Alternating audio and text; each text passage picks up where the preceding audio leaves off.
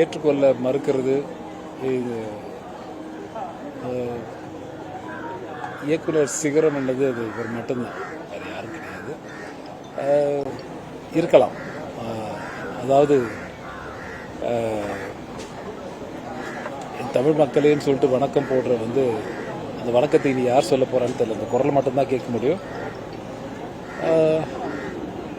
எனவே அந்த குடும்பத்துக்கு எல்லாம் தாங்குற இதயத்தை எனக்கு தெரிஞ்சு பாரதிராஜ் சார் மனோஜ் இறப்புக்கு அப்புறமே கொஞ்சம் அந்த